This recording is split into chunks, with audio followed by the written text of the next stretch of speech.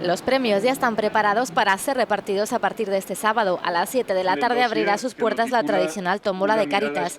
Un año más se mantiene el precio de su boleto a 0,80, pero este año han sido más precavidos para que no se agoten. Y hemos editado para este año 2.600.000 boletos, 100.000 boletos más que el año pasado, que sabéis que se vendieron todos. La entidad ingresó en 2018 algo más de 5.400.000 euros y gastó 5.228.000. Gran parte de esos ingresos viene de las aportaciones que hace la gente, bien esporádicas, bien periódicas, colectas, etcétera. Podéis ver también que este año el capítulo de herencias que hemos recibido ha sido un capítulo grande, 1.270.000 euros.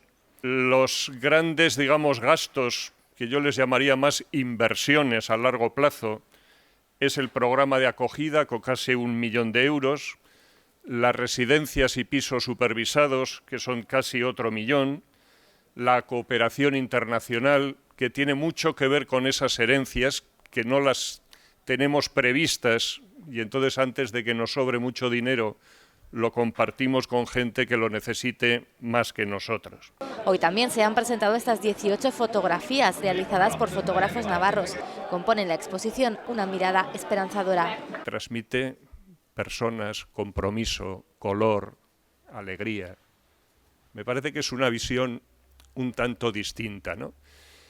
La que dan todos los usuarios y voluntarios que salen en las fotos. Con ellas se ha realizado un calendario de 18 meses que comienza en el mes de julio de este año y se extiende a lo largo de todo 2020, año en el que la entidad cumple 75 años.